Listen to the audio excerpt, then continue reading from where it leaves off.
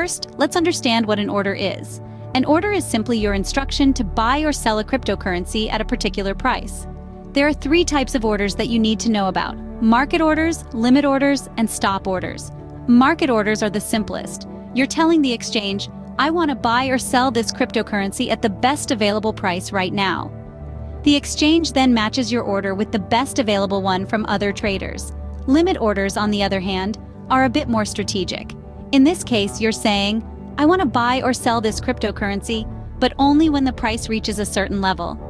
You set your desired price, and the order will only be executed when the market price matches it. Finally, we have stop orders. Think of them as your safety net. You're telling the exchange, I want to buy or sell this cryptocurrency, but only if the price goes beyond a certain level. It's a way to limit your losses or secure your profits when the market moves in an unexpected direction. Now, armed with this knowledge, you're ready to make your first trade. Choose your cryptocurrency, select the type of order, set your price if needed, and click the buy or sell button. And just like that, you've made your first trade. But let's not get ahead of ourselves.